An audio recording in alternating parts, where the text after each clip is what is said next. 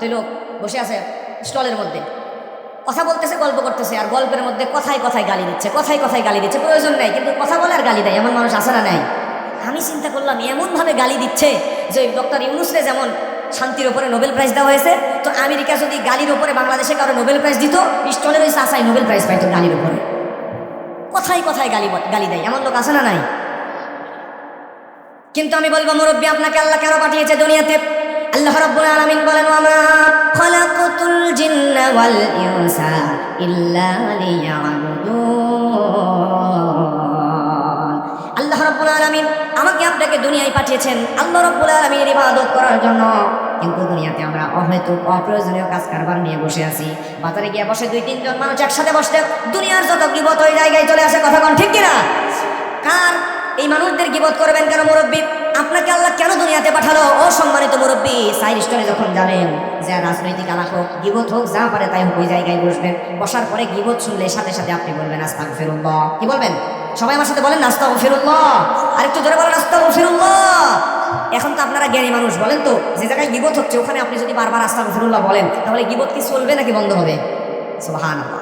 আপনি সময় পেলে অপ্রয়োজনীয় কথা না বলেন, সুবহানাল্লাহ বলেন, আলহামদুলিল্লাহ বলেন, আল্লাহু আকবার বলেন, এই কোরআনের সঙ্গে কানেকশন তৈরি করেন, তাহলে আপনি জান্নাতি হতে পারবেন। আর যদি সময় পেলে অপ্রয়োজনীয় গল্প নিয়ে মেতে থাকেন, জাহান্নাম ছাড়া আমার আপনার কিন্তু কোনো উপায় নাই, কথা কোন ঠিক কিনা? আবার সমাজে কিছু যুবক আছে, এই যুবকের যে মোবাইল আছে না, মোবাইল হাতের মধ্যে ভেবে নিয়ে গুলি কর বললাম আছে না নাই? আছে না নাই? যারা অনলাইনে অ্যাক্টিভ তারা জানেন, কিছুদিন আগে একটা খবর নিউজ আসছিল যে একজন আপনার এক ছেলে তার হাতের মধ্যে দেখি বেড়ি বাঁধানো, পায়ের মধ্যে লোহার শিকল বাঁধানো, সে পঞ্চের স্যান্ডেল হাতের মধ্যে নিচে নিয়ে গুলি কর বললাম এমন করতেছে।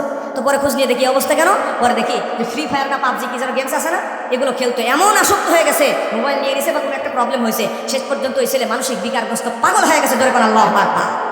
কিন্তু এই যে যুবক পাইছে এক মোবাইল, এর ডানে একবার ঠেলে, বামে একবার ঠেলে, সামনে একবার ঠেলে, পিছনে একবার ঠেলে, ঠেলাঠেলির মধ্যে সবসময় থাকে, কথা কোন ঠিক কিনা? মুরব্বী মানুষ কত কষ্ট করে এই ছেলেদেরকে জন্ম দিয়া লালন পালন করে শহরে পড়াইছে, শহর থেকে গ্রামে আসছে, আসার পরে মুরব্বী বলে, বাবারে কাজ করা লাগবে না, খেতে আমি কাজ করবো, তুই শুধু দাঁড়ায় থেকে একটু দেখবি, চল বাবা একটু সাথে চল, দাঁড়ায় থাকলে একটু ভালো লাগবে। মুরব্বী 1-2 বার ডাকার পরে যুবক রক্ত গরম মুরব্বীর এই ঝাড়ি দিচ্ছে, এত টাকা লাগে, যাও তো। আসে না নাই? আরে যুবক, এই মুরব্বী কত কষ্ট করে তোমার বাবা তোমার মা তোমারে তৈরি করছে, তোমারে এত বড় করছে, লেখাপড়া শিখাইছে, নিজে খেয়ে না খেয়ে। এই মুরব্বী যারা বসে আছে, যুবক ভাই, তোমারই বাচ্চাটা এখানে বসে আছে, জিজ্ঞেস করে দেখো, কোনো মুরব্বী তার মাথার ঘাম পায়ে ফেলে সারা জীবন কষ্ট করছে, নিজে বাড়ি গাড়ি সম্পদের আশায় নয়, তোমার জন্যই বাড়ি গাড়ি সম্পদ বানিয়ে দিছে, নিজের জন্য কিছু করে নাই, কথা বলেন ঠিক কিনা? সারাটা জীবন কষ্ট করলো সন্তানের জন্য, অথচ এই মুরব্বী যখন মুরব্বী হয়ে গেছে, তার মা যখন বৃদ্ধা হয়ে গেছে, বাবা যখন বৃদ্ধ হয়ে গেছে, সুন্দরী একটা বউ পাইছে, বউয়ের কথায় উঠে আর বসে, বাপ মার টাইম নাই, কথা বলেন ঠিক কিনা? কিন্তু যুবক ভাই, আজকে তোমার বাবা মুরব্বী, তোমার মা বৃদ্ধা হয়ে গেছে, সময় কিন্তু আসতেছে তোমাকে ওই জায়গায় যাওয়া লাগবে, কথা বলেন ঠিক কিনা? আজকে যুবক ভাই, তোমার কাজ হচ্ছে তুমি মসজিদের সঙ্গে কানেকশন করবা, তোমার কাজ হচ্ছে তুমি ইবাদত বান্দেগি করবা, তোমার কাজ ফাউ কাজ, উল্টাপাল্টা কাজ করা নয়। তুমি আজকে সুন্দরী মেয়ের পিছনে দৌড়াচ্ছ, বিশ্বাস করো, তুমি মেয়ের পিছনে টাকা পয়সা সম্পদ খরচ করে দৌড়াবা, ওই মেয়ে সময় মতো লাঠি দিয়ে তোমার দূরে সরাই দিবে, কথা বলেন ঠিক কিনা? তুমি আজকে সময় তোমার কোরআনের দিকে দেওয়া, তোমার সময় মসজিদে দেওয়া, তোমার সময় তোমার বৃদ্ধ বাবার মায়ের খেদমত করা, কথা বলেন ঠিক কিনা?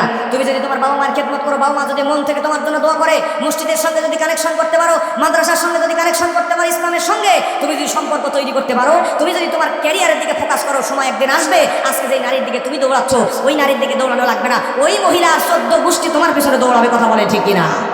এজন্য সুন্দরী মেয়ের পিছনে না দৌড়াইয়া নিজের ক্যারিয়ারের পিছনে আর বৃদ্ধ বাবা মাকে সময় দিব আমরা, ইনশাআল্লাহ।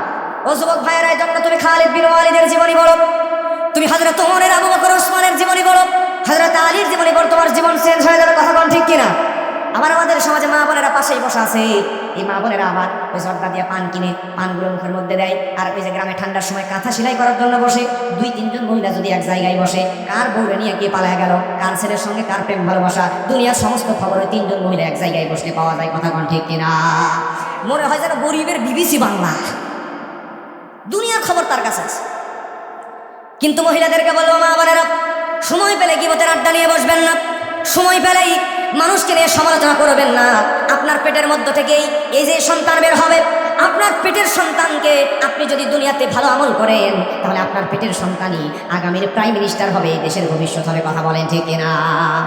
আর যদি সন্তান পেটে নিয়ে গীবতের আড্ডায় বসেন, দেখবেন আপনার সন্তান মদ খেয়ে মাতাল হয়ে টাল হয়ে রাস্তার ধারে পড়ে আছে, কথা বলেন ঠিক কিনা? তাহলে জন্য বলি, অপ্রয়োজনীয় কার্যকলাপ থেকে বিরত থাকবো ইনশাআল্লাহ।